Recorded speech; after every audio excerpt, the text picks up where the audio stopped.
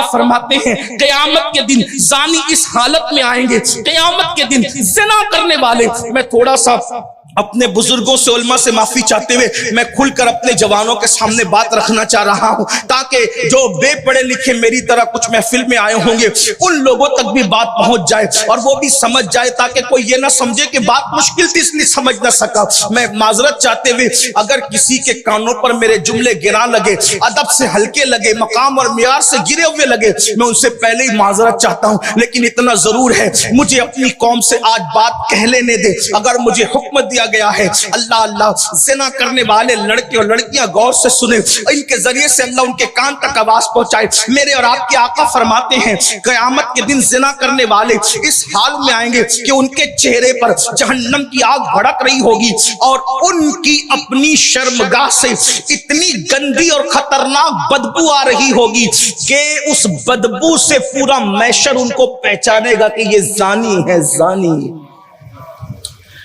ہنسنے کی بات نہیں، صرف سمجھانے کے لیے ایک بات کہوں. 5 لوگ محفل میں بیٹھے اور اگر کسی کی گیس نکل جائے اور اس میں بدبو ہو تو اس وقت انسان کو کتنی شرم آتی ہے. ایک ریئل چیز کہہ رہا ہوں میں، کوئی ہنسنے ہنسانے کی بات. 5-7 لوگ بیٹھے ہو، پیٹ کی ہوا نکل جائے اور اس میں بدبو ہو تو آدمی کو کتنی شرم آتی ہے. جہاں صحابہ ہوں گے، اولیاء ہوں گے، انبیاء ہوں گے، وہاں زانیوں کی شرمگاہ کی بدبو میدان محشر والوں کے دماغ کو چاٹے گی، بے چین کرے گی، اور لوگ ان کی شرمگاہوں کی بدبو کو دیکھ کر پہچانیں گے کہ یہ زانی ہے، زانی. رات بھر زنا کر کے صبح کو قیمتی عطر لگا کر گھر سے نکلنے والوں، آپ مصنوعی طور پر اپنے جسم کو آج مہکا سکتے ہو، لیکن اللہ کو ناراض کرنے والوں اللہ کی خفیہ تدبیر سے ڈرو، آج توبہ کرو، ورنہ کل تمہاری ناپاک اور بدبودار شرمگاہ کی وجہ سے لوگ تمہیں پہچانیں گے. اللہ کے سچے نبی صلی اللہ علیہ وآلہ وسلم فرماتے ہیں اور جب ان کی بدبودار شرمگاہ کی وجہ سے لوگ ان کو پہچانیں گے تو اس وقت ان کو منہ کے بل گھسیٹتے ہوئے فرشتے جہنم میں لے جا رہے ہوں گے. ہائے ہائے کیا بنے گا.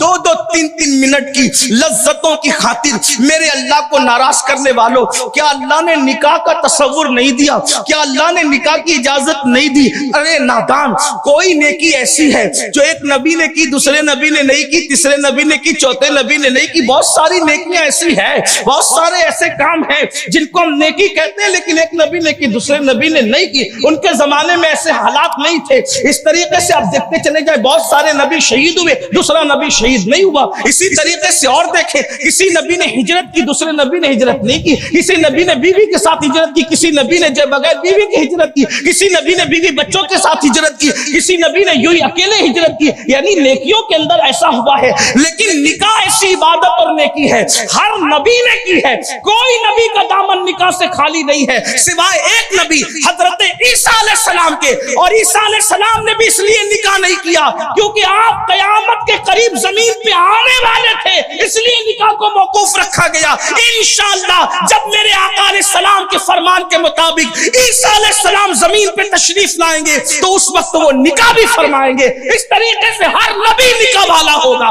اللہ اکبر. بتاؤ، جس اسلام نے کہا نکاح کو اتنا آسان کر دو کہ زنا کرنا مشکل ہو جائے، اس مذہب کے ماننے والے ظالموں نے نکاح کو اتنا مشکل کیا کہ زنا آسان ہو گیا، زنا پھیل گیا، زنا کی بدبو پھیل گئی. ہمارے بزرگوں نے لکھا نکاح اتنا آسان تھا قرون اولیٰ میں کہ اگر کسی کی ایک بیوی مر جاتی تو اس کا جنازہ اٹھنے سے پہلے اگر وہ دوسرا نکاح کرنا چاہے، کسی نے کیا نہیں، اگر کرنا چاہیں تو کر سکتا تھا. اتنا آسان تھا نکاح، اتنا آسان تھا نکاح.